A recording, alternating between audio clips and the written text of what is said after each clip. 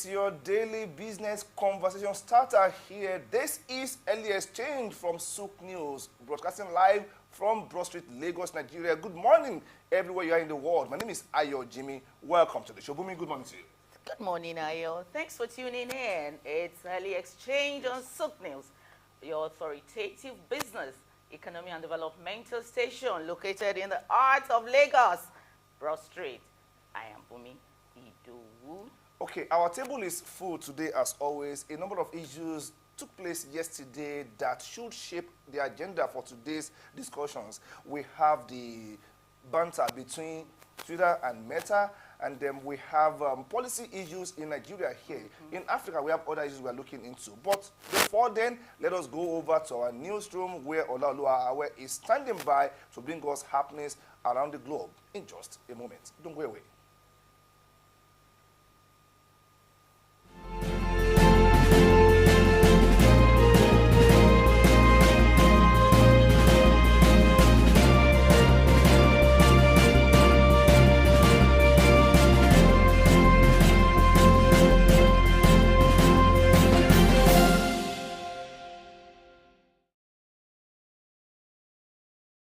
An early exchange. I am Olaoluwa Awe, here to bring you the most recent stories from across the globe. Our commitment is to ensure that you stay well informed and in touch with the latest developments. So let's get to it. Nigeria's President Bola Tinubu has signed 4 executive orders into law. One of the orders postponed the start of the 2023 Finance Act from May 28, 2023 to September 1.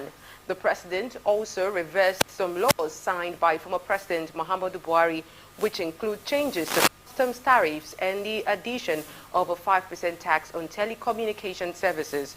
President Tinubu also signed a customs excise tariff variation amendment order, shifting the commencement date of the tax changes from March 27, 2023 to August 1, and also in line with the national tax policy. Tinubu also ordered the suspension of the newly introduced green tax by way of excise tax on single-use plastics, including plastic containers and bottles, as well as the suspension of import tax adjustment levy on certain vehicles. The special advisor to the president on special duties, communication and strategy, Dele Alake, who revealed this, explained that this action is part of Tinubu's plan to create a favorable business environment. He revealed that the administration has discovered that some tax policies were being applied retroactively without proper legal backing. Therefore, the new executive orders aim to ensure that tax changes have a minimum of 90-day notice period and improve the implementation of tax policies and support businesses. Away from that, the federal government of Nigeria has issued an advice to carbon emission reduction traders engaging in trading activities without proper authorization. Carbon trade involves the buying and selling of credits that allow companies to emit a specific amount of carbon dioxide or other greenhouse gases. The Director General of the National Council on Climate Change, Salisu Dahiru, gave the warning during a validation workshop for the assessment of carbon price initiative in Nigeria held in Abuja, noting that government authorized carbon credits and carbon trade with the aim of gradually reducing overall carbon emissions and addressing climate change. Dahiru highlighted the urgency of addressing climate change, referencing recent flooding incidents in Nigeria, including areas close to the capital city, Abuja, and therefore called for collective efforts from both the government and the private sector to take advantage of the potential benefits in climate change. The lead coordinator of the African Group of Negotiators on Carbon Markets, Hadije Diagne, also urged the government to establish policies and instruments that encourage carbon pricing, providing further support for carbon trading initiatives. Shell Nigeria Gas Limited, SNG, has announced the appointment of Ralph Bobo as the managing director of the company. Shell Nigeria Gas Limited, Ralph takes over from Ed Ubong, who has assumed a new position within the Shell Group. Previously serving as the managing director or the manager for commercial and non-operated venture at Shell Petroleum Development Company of Nigeria, Ralph takes over from Ed, and he is expected to bring in wealth of experience in the oil and gas industry. He also acted as the Shell shareholders representative for 7 SPDC onshore non-operated venture assets. SNG operates under the Shell Energy business line in Nigeria. Throughout his 21-year career at Shell, Ralph has gained diverse experience, having worked in downstream crude and product supply and trading development, as well as various roles in the upstream sector, including commercial manager for crude handling and gas integration manager. Ralph holds a master's degree in chemical engineering and an MBA, further enhancing his qualifications for his new leadership position at SNG. In commemoration of the 2023 International Day Against Drug Abuse and Illicit Trafficking, APM Terminals has joined forces with the National Drug Law Enforcement Agency, NDLEA, to combat drug addiction and stigmatization. The terminal operators released a statement highlighting the theme of this year's International Day Against Drug Abuse and Illicit Trafficking: People First, Stop Stigma and Discrimination, Strengthen Prevention. This annual event, also known as World Drug Day, takes place on the 26th of June with the goal of promoting global cooperation to eliminate drug abuse. APM Terminals emphasized that this year's campaign aims to raise awareness about the importance of treating individuals who use drugs with respect and empathy. It advocates for evidence-based voluntary services for all, alternative approaches to punishment, a focus on prevention, and compassionate leadership. The campaign also aims to combat stigma and discriminate against drug users by promoting non-judgmental language and attitudes during an event held in Apapa to mark the occasion. Felix Uguagbo, the Health and Safety Manager at APM Terminals Apapa, highlighted the partnership with the NDLEA. He expressed the terminal operators' commitment to raising awareness about the negative impact of stigma and discrimination on individuals who use drugs and their families. Ugbabo stressed that with counseling, encouragement and support from both families and society, drug users can overcome addiction and lead meaningful lives. Udatong Esier, the commander of Apapa Special Area Command of the NDLEA, spoke about the agency's effort to providing education and rehabilitation for drug users. He emphasized that their approach involves more than just criticism, but rather a creative and honorable commitment to making a positive impact in communities, cities, and states, ultimately striving for a better nation to live and work in. In a bid to address the escalating cost of living ahead of the upcoming presidential and parliamentary elections, Kenya's President Uhuru Kenyatta has announced a 12% increase in minimum wage. Official figures indicate that inflation in the East African country reached a 7-month high in April, primarily driven by surging fuel and food prices.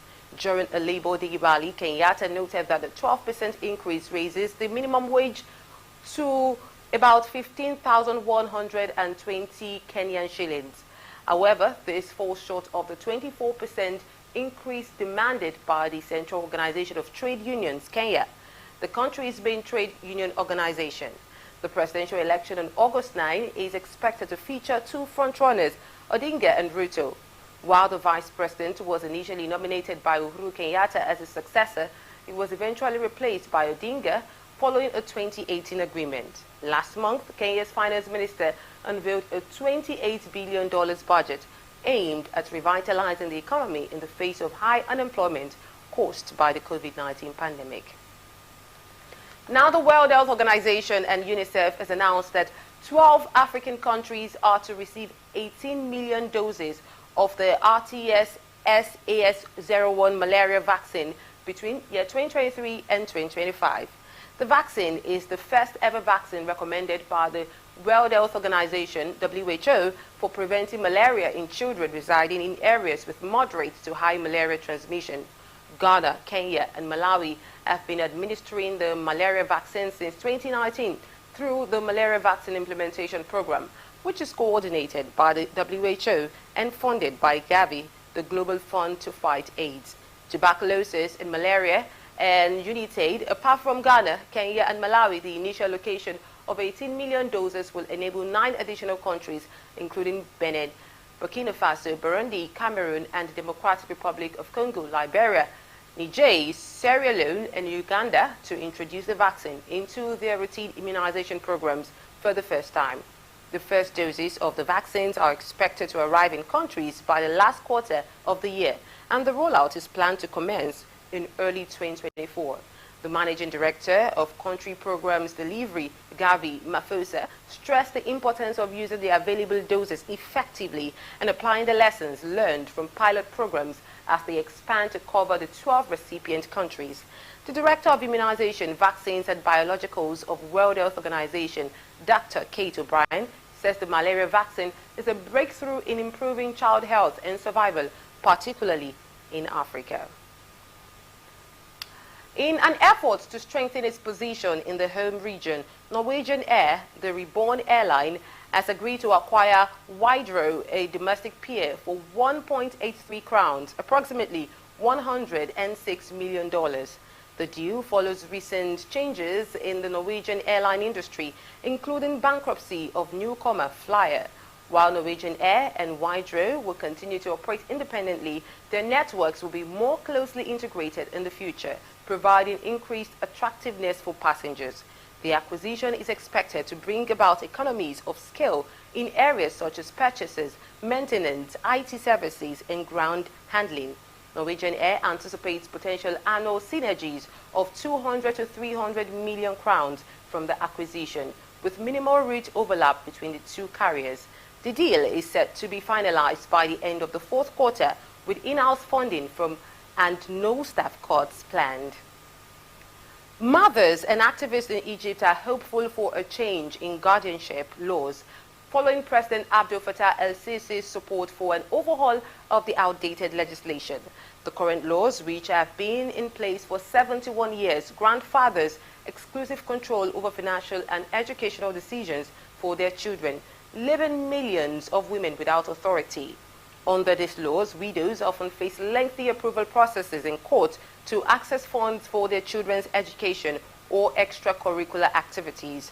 However, discussions surrounding possible amendments to guardianship laws during the national dialogue in May indicated the potential for change. The head of the dialogue's technical committee suggested that a consensus was close, and President Sisi expressed his willingness to accommodate proposed changes. Critics argue that the existing laws are unfair and discriminatory, with a TV series highlighting the challenges faced by widows whose children's finances are controlled by their father-in-law. Similarly, activists have called for joint guardianship during marriage and equal legal positions, proposing that the mother becomes the default guardian in the event of the father's death. Canada is prepared to offer up to $15 billion in production incentives for the Stellantis LG Energy Solution, LGE's electric vehicle battery plant, surpassing a previous record deal with Volkswagen. This move by Ottawa is part of a competition with Washington to attract significant clean tech projects. The subsidy agreement has led to the resumption of construction at the Stellantis LGE's plant, which was halted in May, when the companies demanded that Canada match the support available in the United States under the Inflation Reduction Act, IRA. In a joint statement, the federal and provincial governments emphasized that the announcement would safeguard and create numerous well-paying jobs, including unionized positions, while establishing an end-to-end electric vehicle supply chain to bolster the clean economy. Canada has identified projects like Stellantis and Volkswagen battery plants as key anchors for its transition to clean tech. The country, which boasts a significant mining sector for minerals such as lithium, nickel, and cobalt, aims to attract companies involved in all aspects of the electric vehicle supply chain as the world strives to reduce carbon emissions. Although the Volkswagen deal was initially hailed as the largest single investment in Canada's EV supply chain, the revised terms for Stellantis indicate that it will likely surpass that milestone. In entertainment, Meta CEO Mark Zuckerberg says that Instagram's Threads app has attracted about 30 million sign-ups since the launch. These achievements positions the Thread app as a formidable commitment or competitor to Elon Musk's company, Twitter. Zuckerberg expressed his belief that there should be a public conversation app with over 1 billion users, emphasizing Twitter's missed opportunity in this regard. The release of Threads coincided with Twitter's implementation of emergency measures to limit user experience on the platform, which has undergone significant transformation since Musk acquired it last year. Shortly after Threads launch, prominent figures from the entertainment and political spheres, including Kim Kardashian, Jennifer Lopez, Mike Pence, Nancy Pelosi, and Alexandria Ocasio-Cortez, swiftly joined the platform. Many Nigerians, including celebrities, influencers, and users, have also come on board, with some already recording hundreds of thousands of followers. The application's developers aim to distinguish Threads from Twitter, but there are notable functional similarities, such as the 500-character limit per text post, the ability to tag users using the @ symbol, and the option to reply and repost threads, enabling users to share posts or threads, consisting of inspiring memes, late-night thoughts, and sarcastic remarks. However, the current version of Threads lacks a direct messaging feature, unlike Twitter. One advantage Thread possesses is its integration with Instagram, which grants its immediate access to an existing user base. Users can effortlessly log into Threads using their Instagram credentials and retain their usernames and followed accounts. The app's rapid growth, built upon Instagram's established success, positions it as a strong contender against Twitter. In comparison, other potential rivals to Musk's platforms such as Mastodon and Blue Sky have yet to achieve similar user numbers. However, the ultimate test for Threads lies in its ability to retain the loyalty and engagement of its newly curious users in the coming weeks. However, due to concerns regarding data privacy and potential breaches of the Digital Markets Act, the app is not available for download in the European Union. The blog's recent actions raise questions about Meta's data sharing practices. And still on that, in a clear indication of Twitter's perception of Threads as a competitive threat, the social media giant is now threatening legal action against Meta following the successful launch of Meta's rival.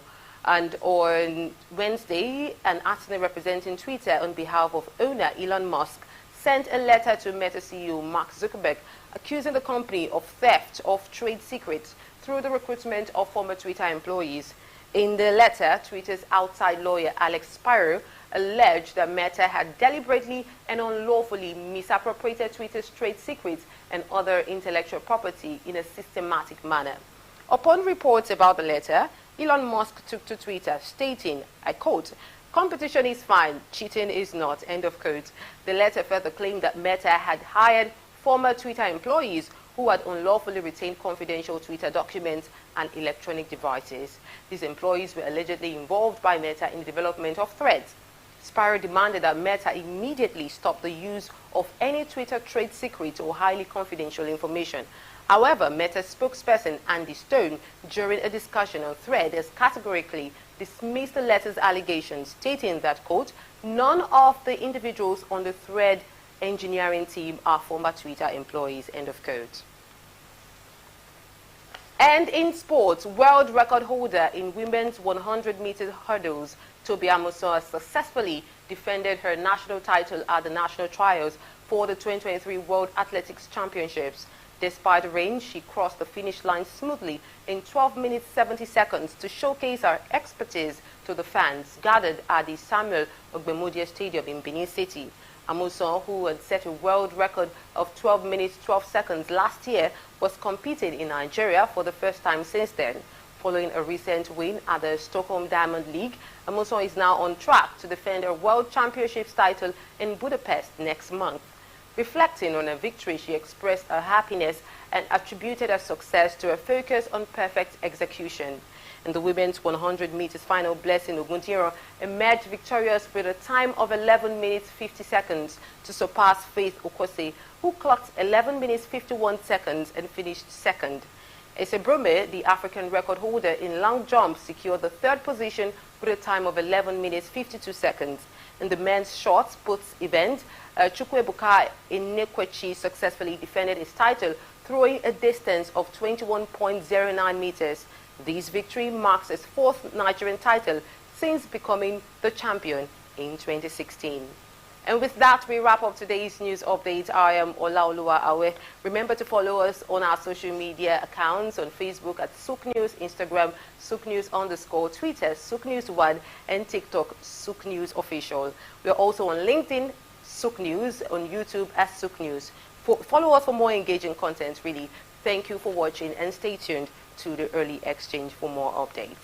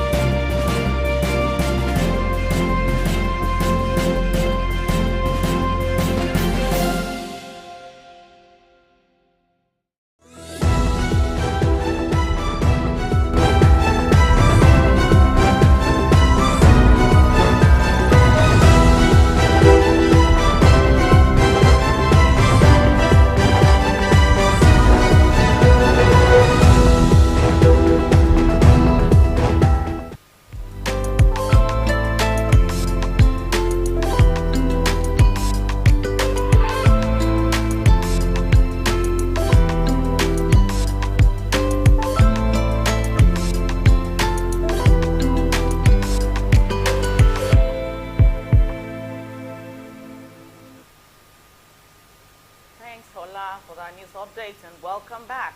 Before we delve properly into issues that made the front page today, let's quickly look at issues that made the headlines. Just yesterday, Nigeria's President Bola Ahmed Tinubu signed 4 executive orders into law. One of the orders postponed or delays the start of the 2023 Finance Act, which was supposed to have commenced on May 28th until September 1st. The president also reversed some laws signed by the former president, So we have in-house, our in-house analyst as usual, Sam Urowuje, who is the Director of Policy, Research and Development of SUKNEWS in the house to help us shed some light on what this portends to the nation. Welcome, Sam. A pleasure to be here. Okay. So the president made this declaration yesterday. Particularly, the delay on the 2023 Finance Act. What is the implication of this? If just briefly, let's look at that. Yeah, we must thank the president, even though he's doing his job. I think the commencement regime from May to August 1 and September 1, on the other hand, a welcome development.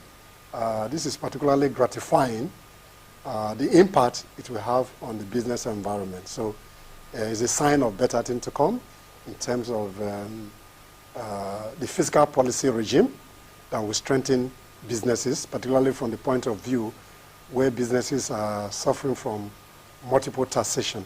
So this is a policy in the right direction, and we salute the president for taking that bold initiative, which will impact positively on the business environment. Okay, so for now, we know that businesses can take some break. They can give a sigh of relief. It's still coming eventually because it's just postponement. It is meant to allow for due process because there has to be a window for them to prepare adequately for any tax change. What are businesses meant to do within this window that they have? I think in line with the Finance Act of 2023 that was signed by President Muhammadu Buhari before he left office, and in line with the 2017 National Tax Policy, this will provide windows for business to recalibrate in line with the new Finance Act, and that gives them some room for planning, and that will enhance their business processes, and eventually it will impact on the business environment in general. Okay, part of the things that also made headlines today is in commemoration of the 2003 International Day Against Drug Abuse and Illicit Trafficking. Some bodies, they came together to raise awareness. APM, the day is actually an annual day that is celebrated on the 26th of June every year. It's just, it's called World Drug Day. It's a campaign against drug abuse and use of substances and illicit trafficking. Now, it has been celebrated this year, but APM Terminals joined forces with NDLEA in Nigeria to raise awareness, to collaborate. Yes, NDLEA has been in the front burner of this fight against drug trafficking, and they are doing so much on a daily basis. But when some bodies now come together to join them, it's an affirmation of the father. Yes, we understand what you're doing and we appreciate what you're doing. This synergy is meant to boost the effort and make us wage the war successfully. Speak to this. Yeah, thank you very much indeed. I think the World Day on Drugs and Illicit is an annual event which is enunciated by the United Nations to focus on the danger of drug and illicit use of drugs. So what that shows is that drugs has negative impact on society. So the World Health Organization brought this to bear to highlight, underscore the importance of trying to control the use of illicit drugs, and to a very large extent put it in the front burner so that we're able to. So APM collaboration with the Nigeria NDLA is a welcome development to create awareness so that we're able to stamp out illicit drug usage in our environment. Okay. Despite this increasing collaboration to wage war against drug abuse and trafficking, those who are involved seems to be getting stronger. It seems it's a habitual thing, and whatever is tied to habits is hard to correct. Look at the campaign against smoking, for instance.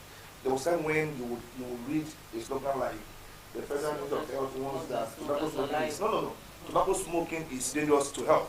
People said, no, don't worry. Whether it is dangerous or not, we can still go ahead. Then they change it. Even people are saying one thing must kill man, whether smoking or otherwise. Where do we go from here? This is a habitual thing. For those who are doing it for trafficking, is their own, they are saying is their own way of earning a living, which is wrong. They know that for every gram of drug that you sell, one life or many lives are being lost to it. We know what is happening. If you see what young people are going through, how destinies are being destroyed. Now, how do we continue to push this when we know that this is a habitual thing for those involved? Yeah, essentially is a societal issue. I think the first place to start is the family. We need to create sustainable family values. Then two, we need to create education in terms of the psychosocial impact of drug usage on society. So therefore, the clamor essentially has to do with renewal of family values, then create additional awareness in terms of education so that we provide social support for those who are already deep in the illicit use of drugs. Then we begin to catch them young, particularly from forming clubs at the tertiary institutions, at the high school, so that we bring that awareness to bear early in life so that people can know the danger and negative impact of illicit drug usage. Really, for me, I think the issue of raising awareness cannot be overemphasized. Because, it's not only in smoking tobacco or all those, are the only thing youth of nowadays get addicted to. Some funny things. Inhaling gum, somebody even talked about inhaling hair, blown into balloon. There are so many crazy things happening these days that you wonder, where were we, where are we now? But, more importantly for me is the issue of stigmatization, because that on its own can cause depression. And Nigerians are so fond, you see somebody coughing, everybody just want to stay away, Well, the issue of stigmatization should be addressed. And the awareness should really go beyond we should walk the talk. If you look at the theme of this year's celebration, the theme is actually people first. Stop stigma and discrimination, strengthen prevention. So this kind of aligns with what you just said. The focus is not so much on the drug now as against the people, because it is easier for me, if I'm involved, to stop. If you show me love and don't make me feel less human because I am in a particular way of life, I pedal a particular. Now, what we're saying now is that this year the focus has been on stigma. Yeah. How effective would this be? I think essentially is, in my view, the issue of drugs is from two perspectives. First is to find a way that you can take people, first and foremost, not to go into drug. On the other hand, when people have been addicted to drug, what you need to do is not to stigmatize them, but rather show them love so that you can bring them out of that addiction which they are already used to. So we must strike a balance between the two, avoiding consumption in the first place, and when people become victims, I use these words advisedly, what is important is to avoid stigmatization. Once you stigmatize people, then you drive them into the background and you're not able to control their usage of drugs. So the concept, show love, show more love, and that will bring some people out of that scenario. You see, the next thing that made the headlines today is the issue of UNICEF, World Health Organization and UNICEF collaborating to announce 12 African countries to receive 18 million doses of malaria vaccine between this year and 2025. You know, Nigerians seem to have developed resistance to malaria. Unfortunately, Nigeria is not among the countries. You know, 12 countries in Africa, Nigeria is not one of them. Well, we're the giants of Africa. Perhaps we don't need it. Our government can address that. We ourselves can address that. But, you know, WHO says Ghana, Kenya, Malawi, Benin Republic, Burkina Faso, Burundi, Cameroon, Democratic Republic of Congo, Liberia, Niger, Sierra Leone, and Uganda are to benefit from the 18 million doses. Okay. I wouldn't say Nigeria has overcome the malaria challenge. Maybe they think we can overcome it by ourselves. After all, we are the giants of Africa. Because earlier this year, we had the World Malaria Day, and our report still showed that Nigeria still suffers the blow from malaria. There is still a high rate of infant mortality that is attributable to Nigeria. Between the ages of 1 and 5, in the life of every child, is a very critical moment because that is where the highest rate of infant mortality takes place. I wouldn't know the parameters for deciding which countries to be beneficiaries of these 18 million doses. But maybe if you say we have better infrastructure, maybe that is perceptive. What do you think? In my view, why not speaking for UNICEF and the World Health Organization? My thinking is that these countries that have just received the 18 million dose of the malaria vaccine may essentially be based on baseline study. These are my hunches, and that eventually it will come to Nigeria.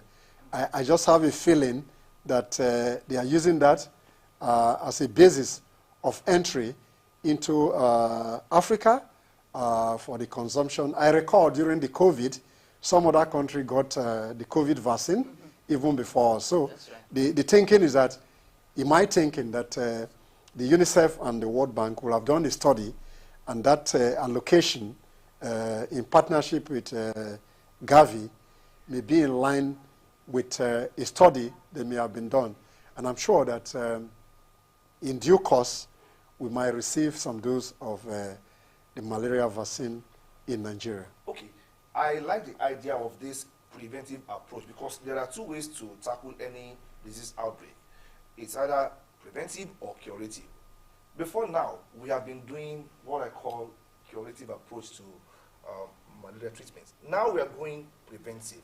The idea of the vaccine itself seems to me to be a remarkable feat in medical research. What do you think? Yes, quite correct. I think that's a major breakthrough for the control of malaria, particularly in Africa, that is highly infested with that parasite that causes malaria. So this is a welcome development, and I think this will help to reduce the impact of malaria in Africa, and that will translate into productivity eventually. Well, I know that malaria vaccine is not new. We've had it here. Maybe they're just improving on it. Okay, malaria vaccine? Over to you. I would have thought, okay, we're not medical experts. Let me just not go Alright. there. Let's not start an argument there because we have our own way of controlling malaria. You know, we have our own. You feel you have malaria. The issue is how do you even ensure that you have malaria? In Africa, in Nigeria, when you have fever, it is called malaria. When you have typhoid, it is called malaria. The commonest and most popular ailments in Africa is malaria. Everything is malaria. Now, the question is, what is not malaria? And then we have our herbs. But well, maybe we'll get to a point where we have the infusion of medical therapy or alternative medicine into this some kind, because some will tell you in some homes that all they need to do is cook one herb or one root and they are fine. And it works for us, so it What's works. for you? You take it too. What's for you? Ayo, do not let us go into Okay, that. okay, it's fine. You want to say something about that? Yeah, I think alternative medicine is a way to go. Japan and China are leading the way. I have an encounter with a professor from one of the medical schools in the U.S., Johns Hopkins University, and he was telling me that no amount of investment in the West in terms of alternative medicine that can overtake China and Japan. WHO will not have that because it cannot be measured according to them. Yes, that's the politics of global health. So that's a subject for another day. Okay, let's take a quick break now. When we come back, we shall delve into the issues making the front burners.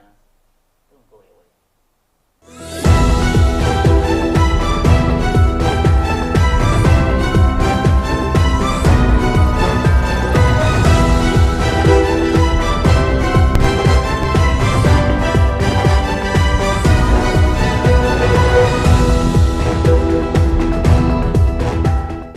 My name is Okole Chukwemeka Maxwell. Lagos is a center of excellence. Lagos means a lot to me because I was born and brought up here. Actually, it's a struggling place, but if you can find your way, I know you get everything you want from it. My name is John.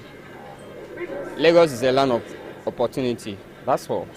Lagos is a place where you can come and make a business, make profit, and Lagos is a nice. Most common.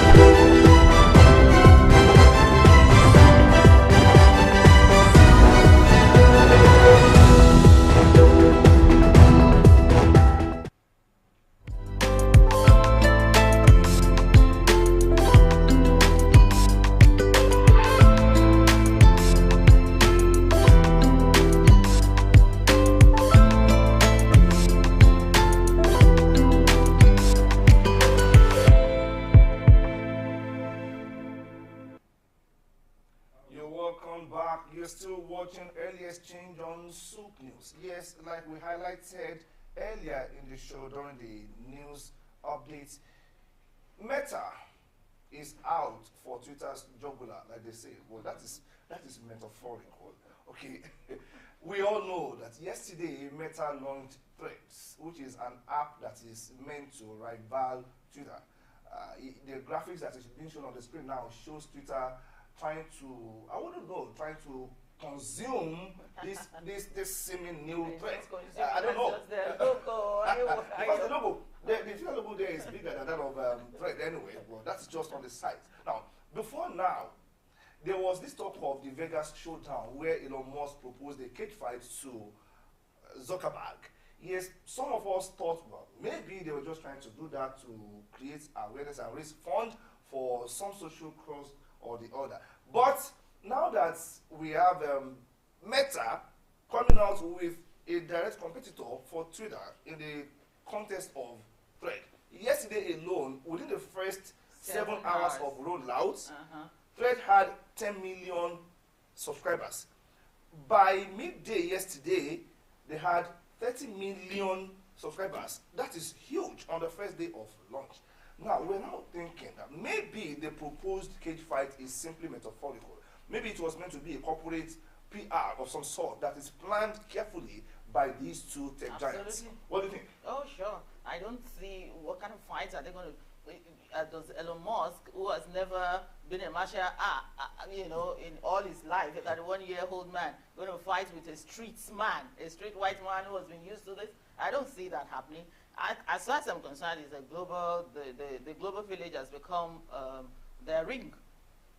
They are the top two most, biggest tech giants, and based in California. So let them fight it out on the online.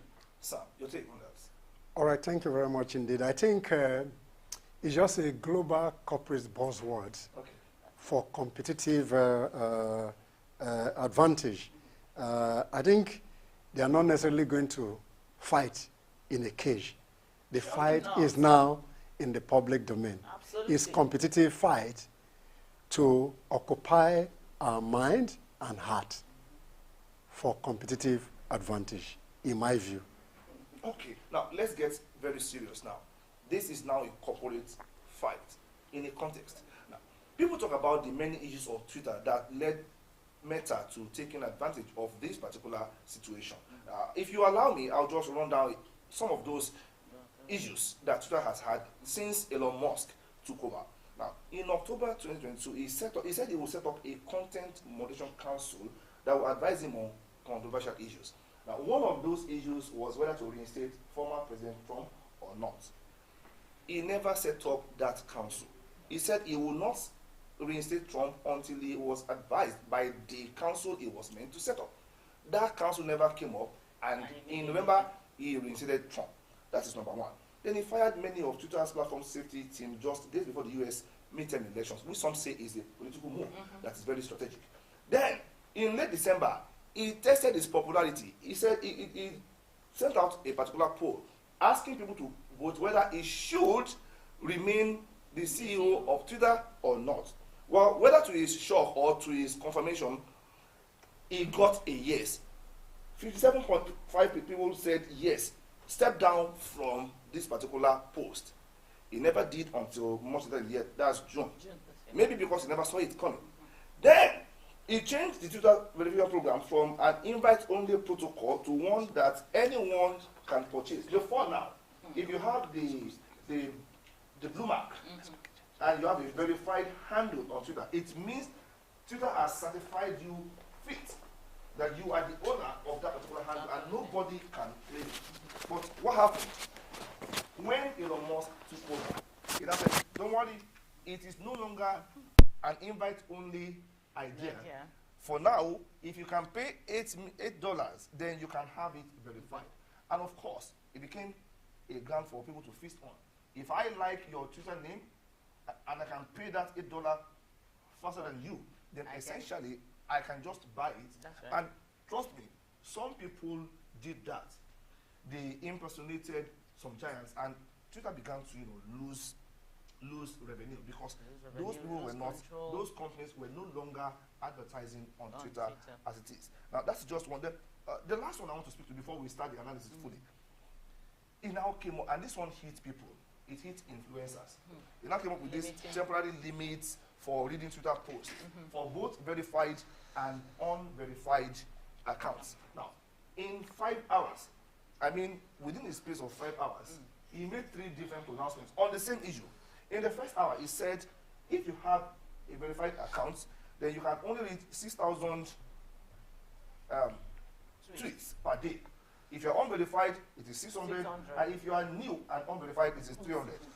2 hours later, he said 8,000 for verified accounts, 800 for unverified, and new unverified is 400. 3 hours after that, all within 5 hours, he said 10,000 for verified, 1,000 for unverified, and 500 for new unverified. Now, the question is this. No corporate culture. Is this some kind of corporate misdirection or confusion? It's just there is no corporate culture. Okay. It can make unilateral decision whenever it decides to, and that's threatening. Okay. We have Idahosa with us. He is the Director, Policy Research for African Development Studies Center. Idahosa, welcome on the show. Ayo, good morning. Good morning. Dome, good morning. You probably think Meta's spokesperson, having read out all the undoings of... Before you go on the Meta issue, can't you see also is wearing native today? It's Friday. It's Friday. Thank God it's Friday. Well, thank God it's Friday. Okay, so now my question is this. You heard the banter. Yes. I would actually have wanted them to have that kind of combat. But now the combat is playing out not in Vegas as proposed. It's on the global stage, and all of us are free audiences to this. Is this some corporate misdirection for Twitter? Well, I think so. Elon Musk had not read the character of the Generation Z, who are people who don't want to be gagged or restrained, and people who want their freedom. And so I think it's a real strategy error from Twitter, and that may be the undoing of that application. Do you think the acquisition of Twitter, Elon Musk acquiring Twitter, do you think it's an undoing for social media hubs? For Twitter in particular? Yeah, I think now it's becoming an undoing for Twitter. Yeah, because it was a media handle that was doing excellently well before all these compromises that we just read out started to happen.